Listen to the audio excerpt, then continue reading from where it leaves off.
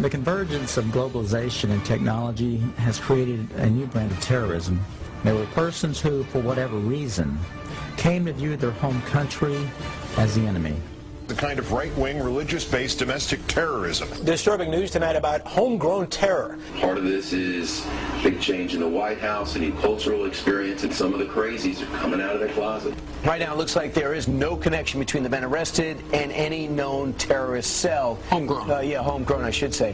Folks, we've got a very serious situation here. I'm holding what is called the right-wing extremism, current economic and political climate, fueling resurgence and radicalization and recruitment.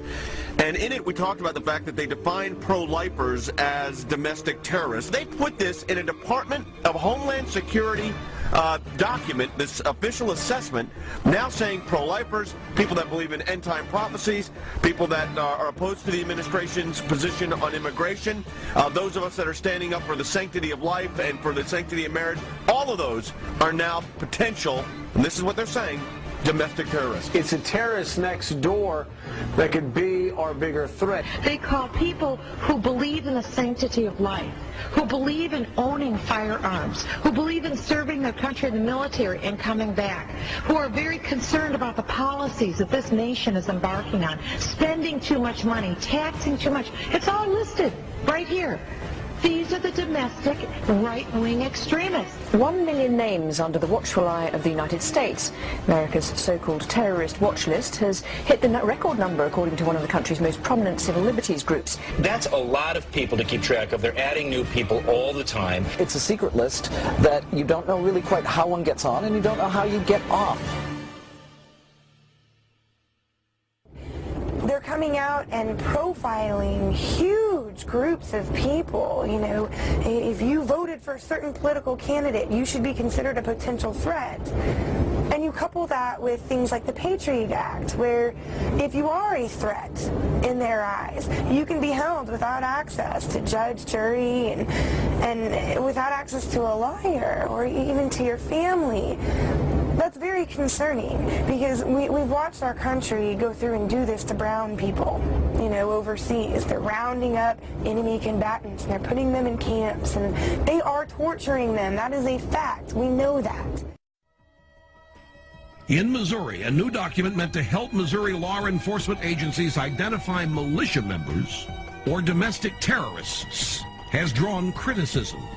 The February 20 report, called the Modern Militia Movement, mentions such red flags as political bumper stickers for third-party candidates, such as Ron Paul, who ran for president, talk of conspiracy theories, such as the plan for a superhighway linking Canada to Mexico, and possession of subversive literature. So the state police in Missouri have been told that if you see a car with a bumper sticker that opposes the so-called creation of North American Union, the superhighway, that you are probably following a militia member, that you are following an anti-government radical. If you see a car with a bumper sticker that says Ron Paul for president, you might be dealing with a violent radical. Exercise extreme caution.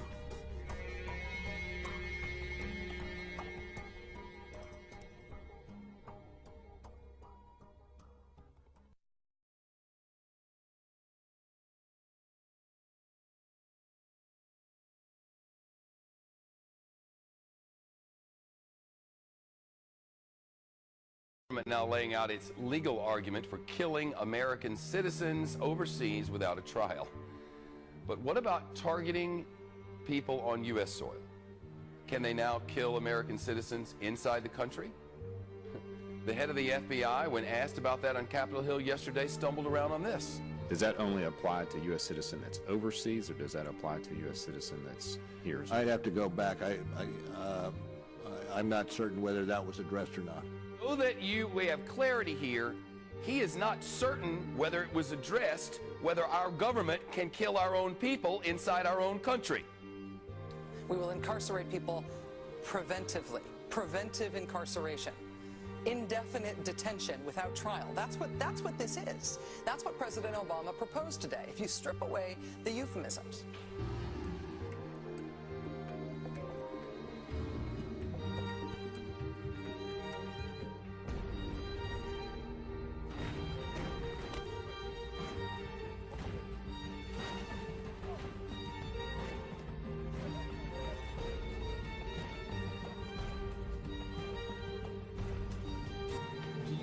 not see at all, does the administration not see at all how a president asserting that he has the right to kill an American citizen without due process, and that he's not going to even explain why he thinks he has that right, is troublesome to some people?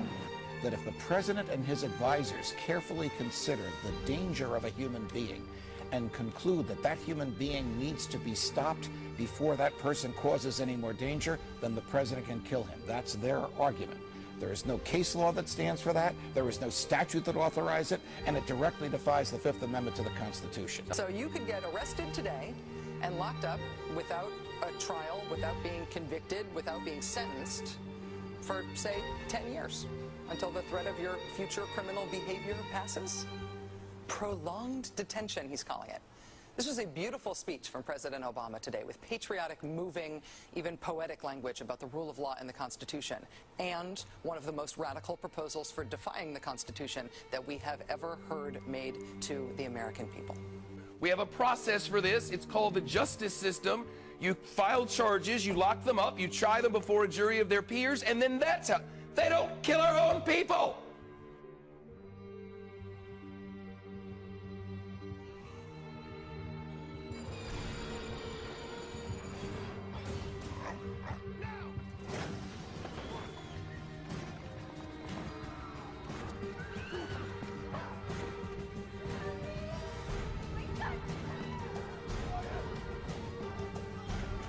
This is a president who recently said that he has the unilateral authority to kill U.S. citizens anywhere in the world without any court order, without any authorization, except his own inherent power.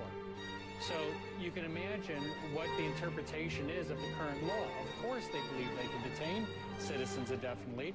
They believe that they can kill citizens. Future murder. Creepy, right? Putting somebody in jail not for what they've done, but for what you're very sure they're going to do? There may be a number of people who cannot be prosecuted for past crimes. In some cases because evidence may be tainted, but who nonetheless pose a threat to the security of the United States. We're not prosecuting them for past crimes, but we need to keep them in prison because of our expectation of their future crimes.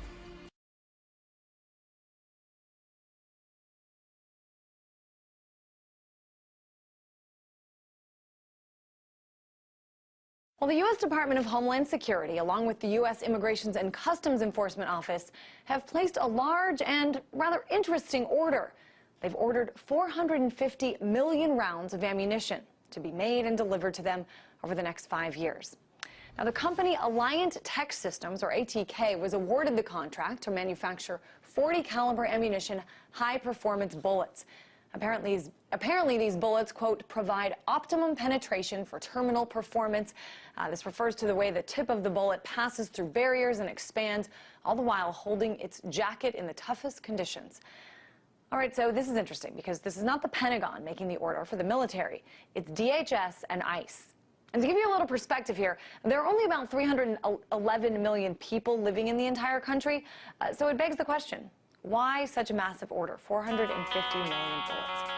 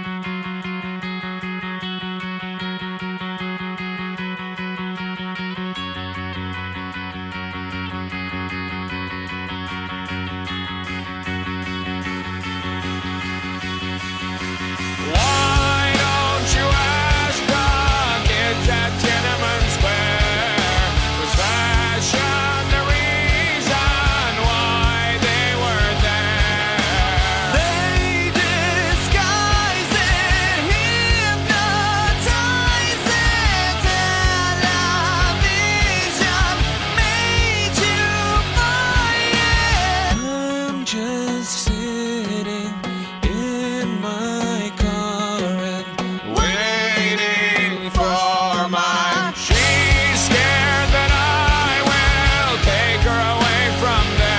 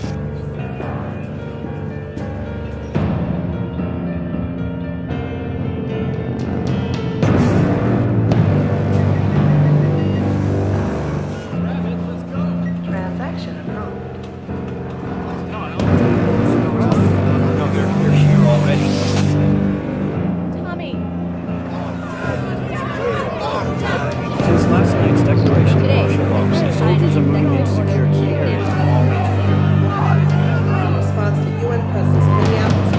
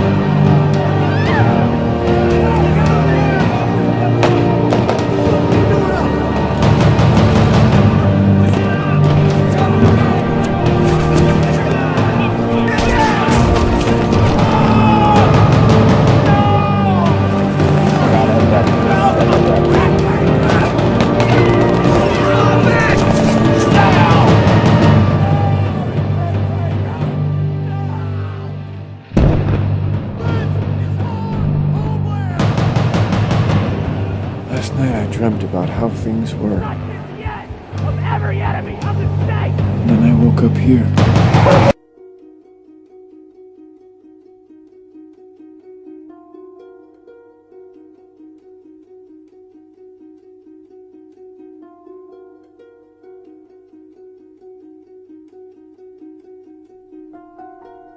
What if the federal government decided if its own powers were proper and constitutional? What if the Constitution were no longer the supreme law of the land?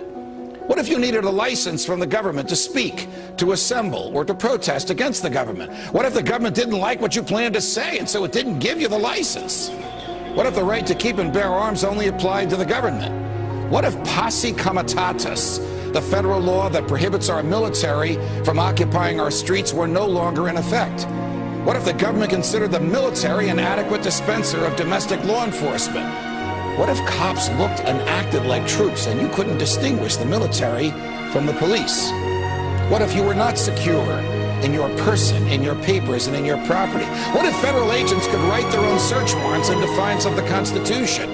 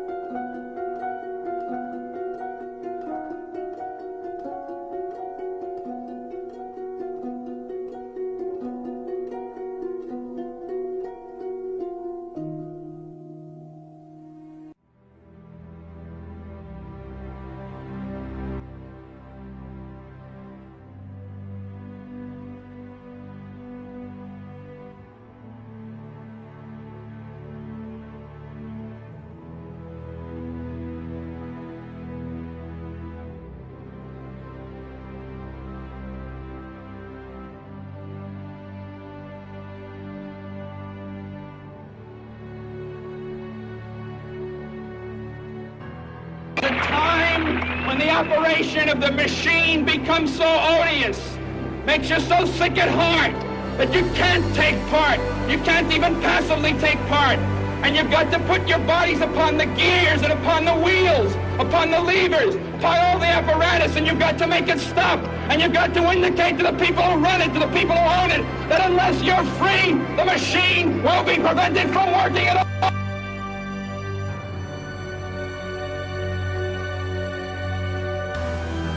What if the government could decide when you were and were not entitled to a jury trial? What if the government could take your property whenever it wanted? What if the government could continue prosecuting you until it got the verdict it wanted? What if the government could force you to testify against yourself simply by labeling you a domestic terrorist? What if the government could torture you until you said what the government wanted to hear? What if people running for president actually supported torture? What if the government tortured your children to get to you? What if government judges and government lawyers intimidated juries into convicting the innocent? What if the government could send you to your death and your innocence meant nothing so long as the government's procedures were followed? What if America's prison population, the largest in the world, was a cruel and unusual way for a country to be free? What if half the prison population never harmed anyone but themselves? What if the people had no rights except those the government chose to let them have? What if the states had no rights except to do as the federal government commanded? What if our elected officials didn't really live among us, but instead all had their hearts and homes in Washington, D.C.? What if the government could strip you of your rights because of where your mother was when you were born? What if the income tax was unconstitutional? What if the states were convinced to give up their representation in Congress? What if the government tried to ban you from using a substance in your body that is older than the government itself? What if voting didn't mean anything anymore because both political parties stand for big government? What if the government could write any law, regulate any behavior, and tax any event? The Constitution be damned. What if the government was the reason we don't have a Constitution anymore? What if you could love your country but hate what the government has done to it? What if sometimes to love your country you had to alter or abolish the government? What if Jefferson was right? What if that government is best which governs least? What if I'm right? What if the government is wrong? What if it is dangerous to be right when the government is wrong? What if it is better to perish fighting for freedom than to live as a slave? What if freedom's greatest hour of danger is now? We've seen other countries, modern countries, you know, they have electricity and running water and all these other conveniences. We've seen them fall into and become brutal dictatorships. I think it could very well come to that based on the things that are happening in the news, and we're seeing, you know, the collapse of our economy, so many different things happening. They have paved roads, they have running water, they have electricity, they have cable TV. So what is it that keeps it from happening in the United States? Being Americans, we have a lot of freedoms. And what if those freedoms are taken away? Just look at history, look at the history of the United States and the history of the world, and acknowledge that things like this can happen, things like this have happened, things like this are happening right now.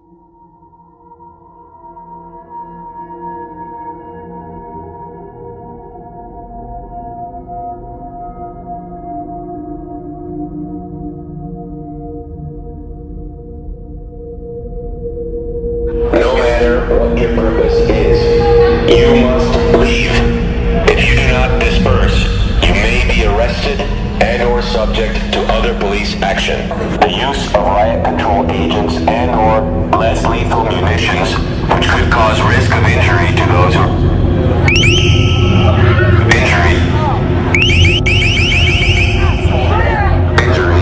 remain.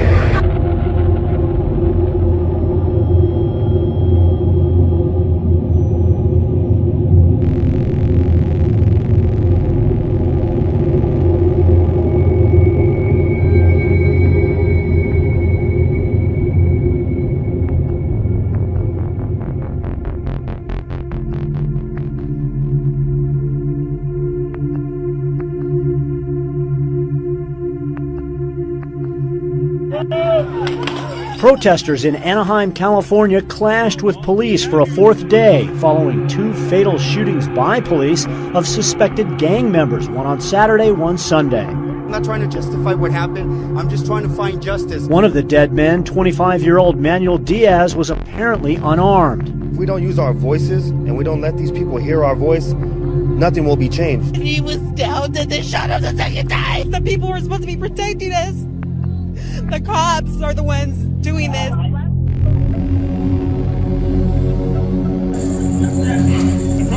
They're socking him in the face. They're hitting him in the face.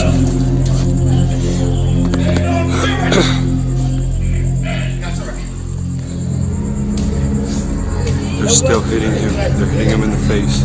Look, they're socking him in the face.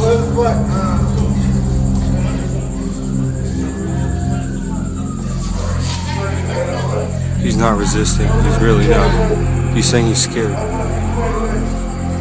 And they're still socking him in the face. They're socking him in the face. Tuesday night, protests turned violent after a crowd of up to 1,000 people were denied entry to a packed city council meeting.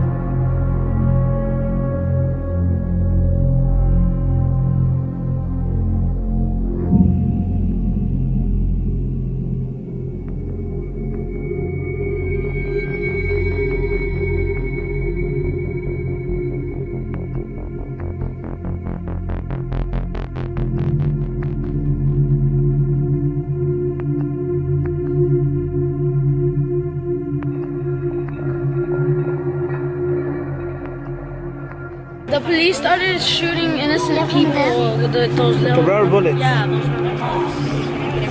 They were shooting people and arresting innocent people just for protecting other people, and they have no idea what they're doing. So was there a lot of kids during that time? Yeah. And did you see like babies around too? So why would like 2 babies. 2 babies? Yeah. Did any other children get hit with the rubber bullets? A 5-year-old girl got hit in the eye. And a boy in the feet. They didn't even told them to stop doing what they just shot him right here, right here, right in his head, in the head. No, his head, his back. The time saying his back. No, right here. His back. They shot him in the head. Okay. Are you alright? Yeah. You have an unarmed civilian running away that's an alleged gang member that they say is alleged, and they shoot and kill this guy. He's dead. Police officers are shooting women and children and letting their dogs out on him. Where's Obama now? What if your son was Manuel Diaz? What if he was murdered by Anaheim police?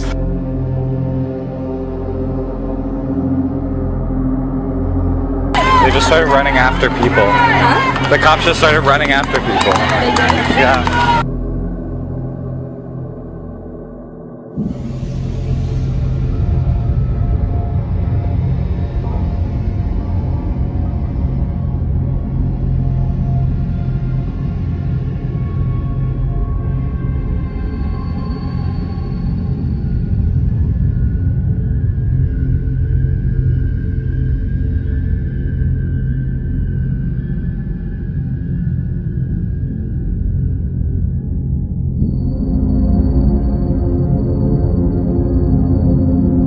Why do you wear that mask?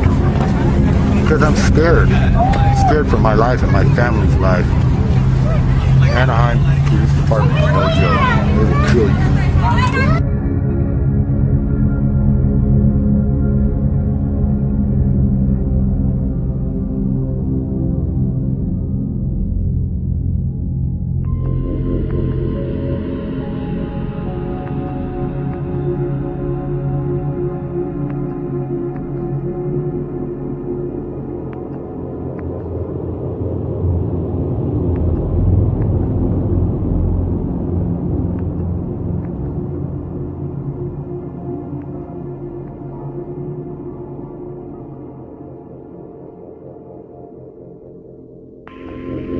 Now we're seeing a complete totalitarian takeover of the United States of America. And we've been talking about this for years now. This is the police state. This is the police state. This is what a total breakdown of our society looks like. But we're seeing all of this intensify. This is all intensifying around the Second Amendment. Should we be able to own guns or not? Let's take guns away from the people. These are very big, very hardcore issues.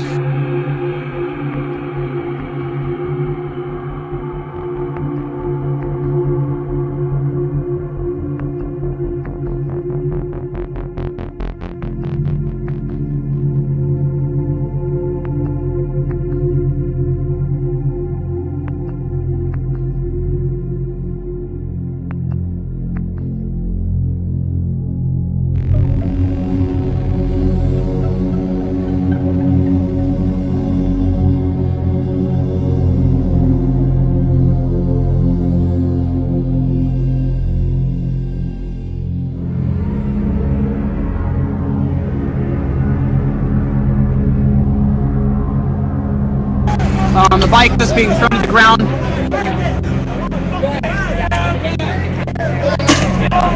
It was a close-range shot. Looked like to the chest. Didn't look like any more than 10 feet, maybe 5 feet at most. Right there. It was a very, very close range shot. Very, very close range shot.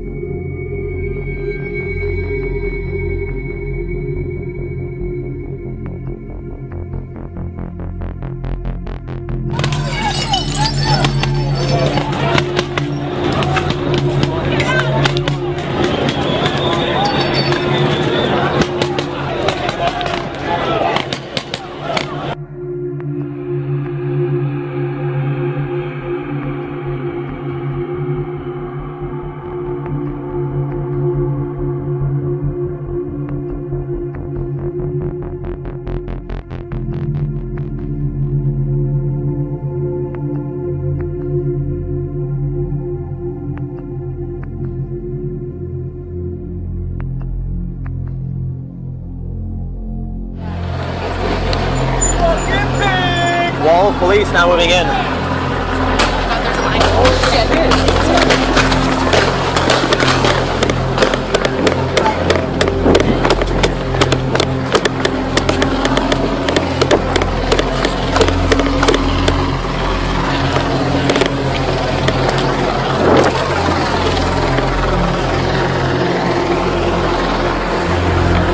And that's the first time I've been fired at.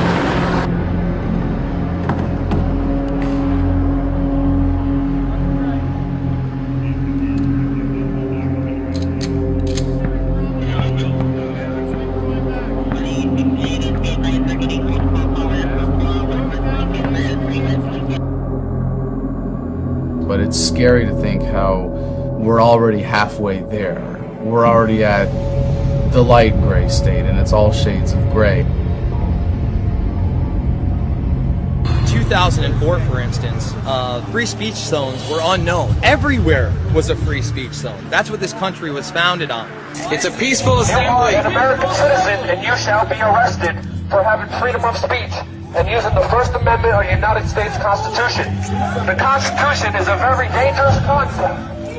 Do not dare try to invoke the First Amendment of the United States Constitution. This is no longer America. This is Walmart, the United States of America. As they encroach on our rights, as they say there are more and more threats out there and terrorism is real, we're taking off our shoes first, and then we're getting patted down, and then we're getting body scanned and radiated and patted down again, and now I'm getting swabbed with my hands to check for explosives. Do you like to fly? Yeah. Do you think we should be treated like cattle? No, yeah. Yeah, I do. You do? Personally, I do. Do you think there's integrity in politics or integrity in banking? Wait, no, go back to that. Go back? You don't think that airport security is a good thing? You know what? They're not violating anybody's rights. You don't have to fly if you don't want to. Every American, every person on United States soil or international soil can be deemed as a terrorist. If they have really any reason to want to detain you, they don't need to acknowledge your Fourth Amendment rights. It's what supported things like the Patriot Act and now the NDAA and the ever-encroaching police state. By order of the City of Pittsburgh Chief Police, I hereby declare this to be an unlawful assembly. I order all those assembled to immediately disperse. You must leave the immediate vicinity. If you remain in this immediate vicinity, you will be in violation of the Pennsylvania Crimes Code. No matter what your purpose is, you must leave. If you do not disperse, you may be arrested and or subject to other police action. The disease is statism, and people are evolving past the paradigm of institutionalizing their desires to dominate others by violence and coercion into this thing called government. We're realizing that the morality that we expect ourselves to adhere to, the standards of behavior and conduct, like when you were taught in kindergarten, don't hit and don't steal, it wasn't unless you're a cop or an IRS agent. You know, when you learn thou shalt not kill, it wasn't unless your dear leader gives you a gun and a badge and a one-way ticket to the other side of the world. Those were moral absolutes, but what we are doing now is institutionalizing them in government and creating this moral exception for people that have the socially granted monopoly on the initiation of force over a given geographical area by calling it government and pretending that it's good for us.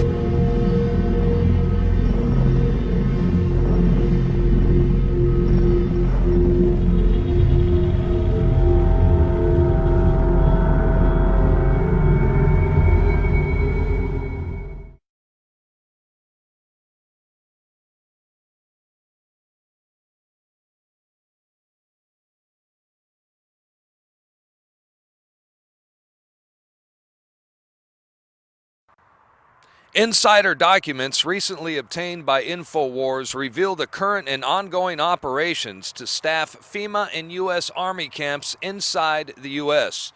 According to our sources, KBR is contracting services for temporary fencing and barricades, along with other services required for temporary emergency environment camps. They're to be located in 5 regions of the United States. Now, this comes immediately after the Senate passed the National Defense Authorization Act, which allows indefinite detention of American citizens. All this at a time when economic conditions and mass demonstrations sweep through the country and threaten potential unrest. The government has patiently put into place the crucial elements of its police state grid and plan for the internment of political enemies. We are literally one false flag terror attack away from the plan going live. As the Department of Homeland Security and establishment media keep telling us, the next terror event will be on American soil and carried out by domestic patriot political groups, not Al-Qaeda. The FBI and the CIA have a long history of creating domestic terrorists, patsies, and shifting the blame over to their political enemies. It's all there. All the government documents, all the government admissions, a civilian inmate labor camp program run by the Army, where they're at, all the details down to how they're going to break the families up and where the children go and the forced inoculations and everything. I mean, it just boggles the mind that all of this is happening. The fact that detention camps are being constructed inside our country and are now being staffed and readied for emergency situations, what can no longer be ignored or ridiculed as a conspiracy theory. Senate committee hearings and official Homeland Security documents further illustrate the mindset of our federal government as they classify homeschoolers, gun rights activists, constitutionalists, and returning veterans as potential terrorists, by default creating an entire nation of radicals and revolutionaries, where everyone is a suspect, equally guilty until proven otherwise. I'm Darren McBreen for InfoWars Nightly News. U.S. President Obama is continuing a Bush policy that allows troops to capture, even kill Americans abroad who they see as a national threat. Just when you think it couldn't get any worse, Obama assassinates a 16-year-old American citizen. Check this out. To it. So we create these monstrosities and we do things outside the law. We come up with assassinations, allowing the president to decide who's going to be assassinated. And lo and behold, 3 Americans now have been on the list. They've been assassinated, but they don't talk about the second one because the second one happened to be a 16-year-old son of a law key. Reactions to that were mixed because he is a U.S. citizen and there was no due process. He was not even indicted. And he was executed, but on the other hand, he had done a lot of propaganda against the United States and in favor of Al-Qaeda. So it was, muted reaction, although some vocal critics. But now we have done something that is very unfortunate. We have apparently killed his son as well. I love how this guy from the Young Turks says, but on the other hand, he was involved in propaganda, blah, blah, blah. But he's trying to justify it, right? He's trying to justify the murder of 3 American citizens. And on top of that, they have the right to freedom of speech. No matter how popular or unpopular their opinion might be, it's called the First Amendment. You don't assassinate people because of what they're saying. Okay? And it's probably a cover-up anyway. I guarantee you it was a cover-up. Probably had nothing to do with Al-Qaeda. Okay. Don't say we killed his son. We didn't kill his son. Or the Obama administration is responsible for this. Number two, the media lies so much.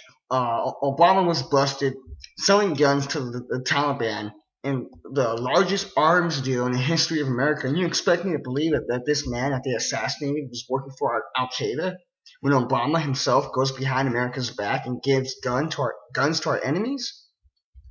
Now, never mind the fact that there is no Al-Qaeda, there is no Taliban. It's all a lie. The Al-Qaeda, the Taliban, all they are is a bunch of pissed off parents who lost their sons during drone bombings from the CIA. Look, if somebody dropped a bomb on my house and killed my son, or killed my mom and my dad, I would pick up guns and go fight too. Yeah, and what would they do? They would label me a terrorist. They would label me an insurgent or a Taliban or Al-Qaeda. The United States has adopted the policy of extrajudicial killings, assassinations. Okay. Do not say the United States of America has adopted this. This has nothing to do with the people. This has to do with the Obama administration, the Bush administration. This has everything to do with the corrupt government, not the people of this country. They keep saying we, the people, the United States. No, it's not the people. It's the government. And you know what? How long? How long before they come from me? How long before they come from my family? How long before I walk down the street, go to the store to get a cup of coffee, and I disappear, and my family never hears from me ever again? Come to find out I was assassinated because I was considered a threat to national security. No, more like a threat to the Illuminati. Okay, see? The definition of threat to national security is a patriot. If you are opposed to the administration, if you don't agree with the government, if you are against abortion, if you support Ron Paul, things like that.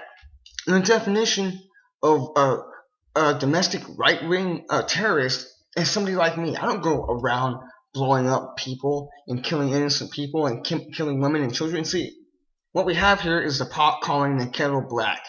We have the government, who they themselves are the terrorist, calling people like me the terrorist. That's just, wow. What a fucked up society we live in, right? What a screwed up government we have. I guarantee you, with the way things are going, they're going to come for me one day, but I'm not afraid. I'm not.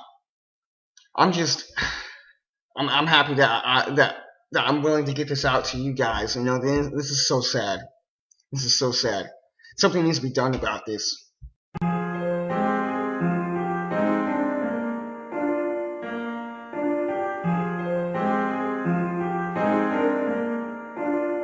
What in the hell is this? Coffin.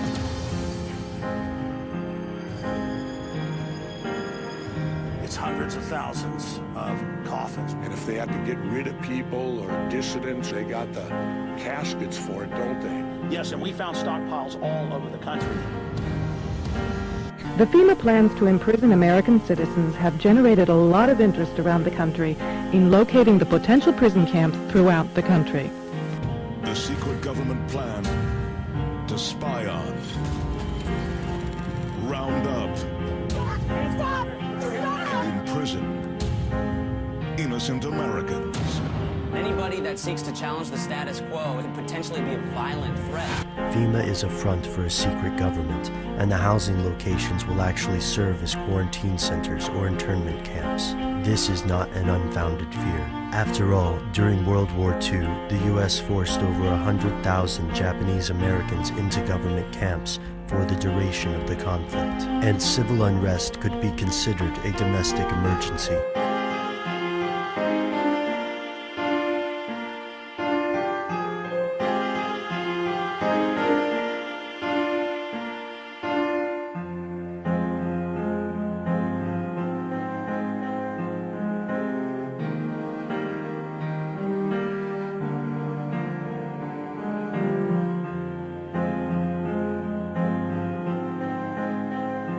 That the individual is handicapped by coming face to face with a conspiracy so monstrous that he cannot believe it even exists. And that's the problem we have today. This conspiracy is so monstrous, so demonic, that we tell people about it and they say, "You're crazy. This is America. It can't happen here."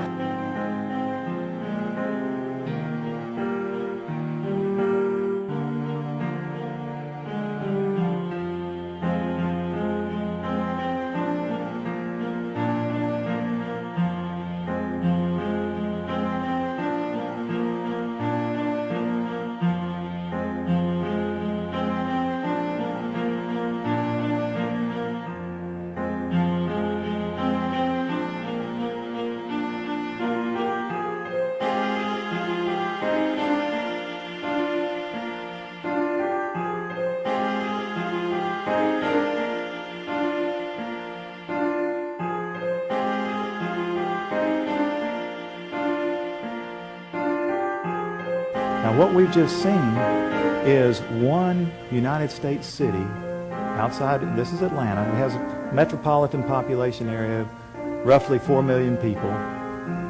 So this is one field outside of one U.S. city, and the brother of the man that owns this field that the government is leasing this field from to store these disposable coffins. This brother was given 3 years to set up temporary morgues around the country. Now we found the website that we think these disposable coffins were made at, and we noticed that the lids that they're advertising on the website were rounded.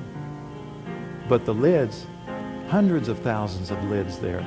The lids we found, folks, were flat, and they were reinforced.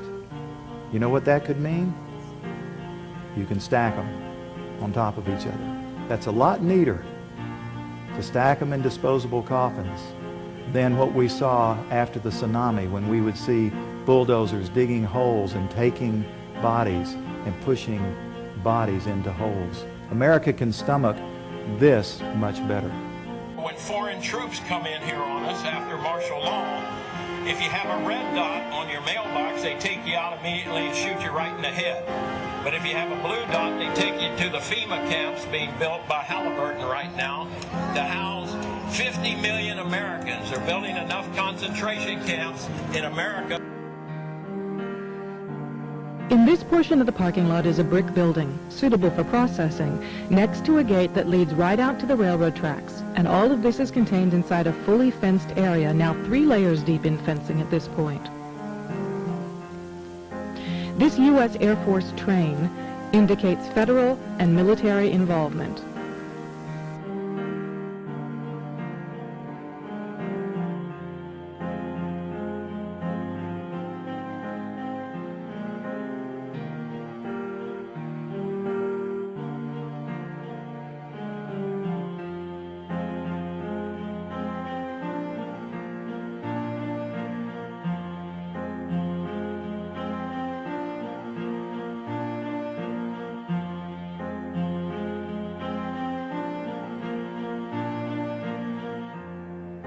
Also time to prepare like you may lose temporarily.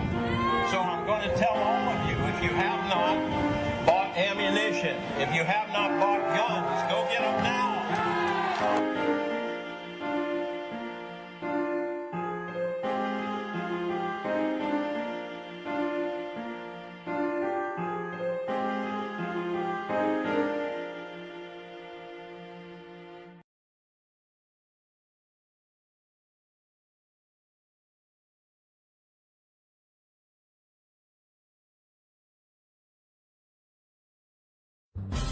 The burden of service has fallen almost exclusively onto the backs of our military.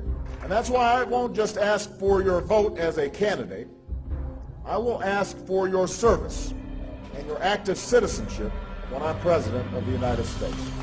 Citizenship is not an entitlement program. It comes with responsibilities. A young person joining our military must know that we will only send them into harm's way when we absolutely must.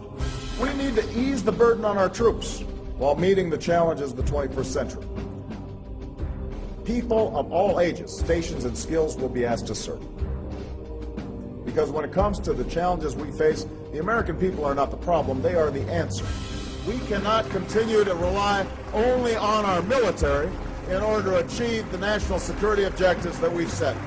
We've got to have a civilian national security force that's just as powerful, just as strong, just as well funded.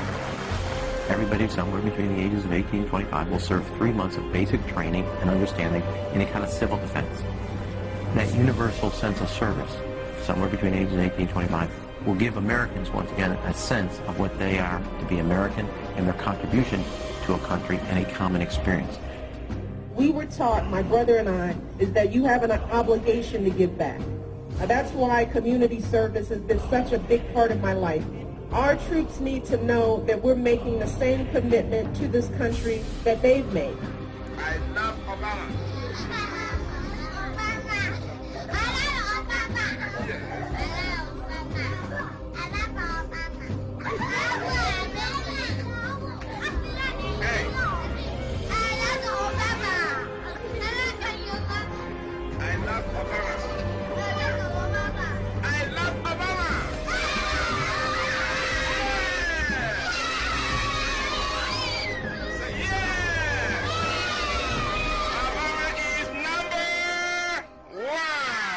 We're gonna spread happiness. We're gonna spread freedom. Obama's gonna change it. Obama's gonna lead 'em.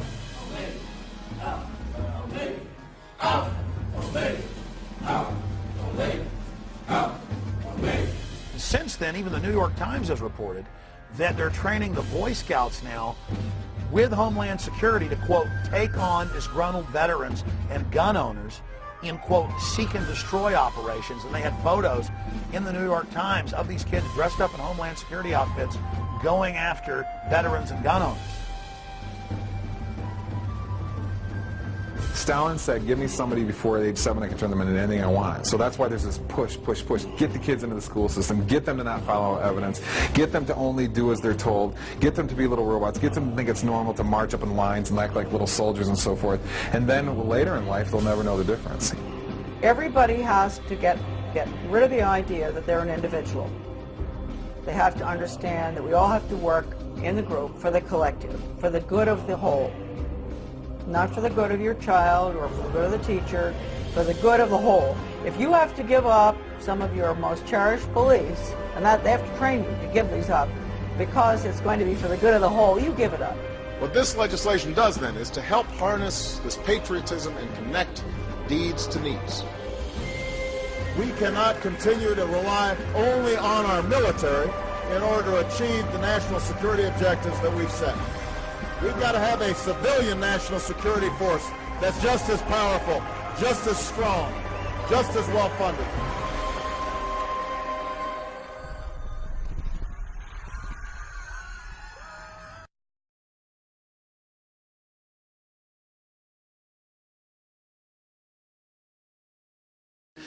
President Barack Obama wants your guns. He wants your Second Amendment. This prick that calls himself the United States President wants your guns. I'm going to read you a quote here. This is a direct quote from your president. As a country, we have been through this too many times, he said.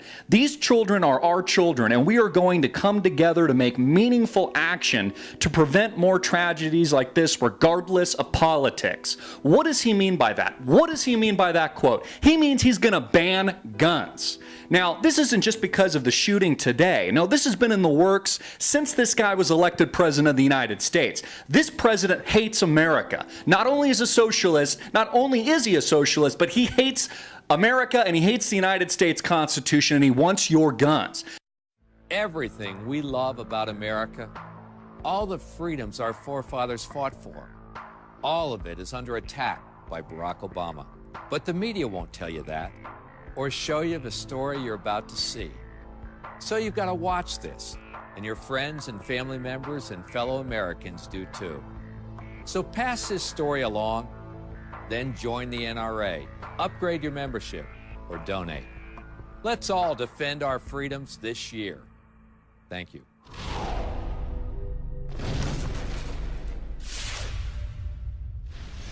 It's a stealth operation. I mean, I used to say the UN complex, it was like going into the Twilight Zone. The majority of the countries that are members of the UN and who think the UN is just a wonderful entity, that it's something that we should listen to, they are not democracies. I'm sitting up there and I'm looking out, and there I see the Sudan, and I see Cuba, and I see Syria, and I'm thinking, you gotta be kidding me. You're gonna come into our country and try to eliminate our constitutional right to own a firearm? Dream on. We Americans are not going to let that happen. But the UN feels more empowered than ever to get its global arms trade treaty passed, now that President Obama has dramatically reversed U.S. policy and signed on as a partner in the UN's mission to trample our firearm freedoms.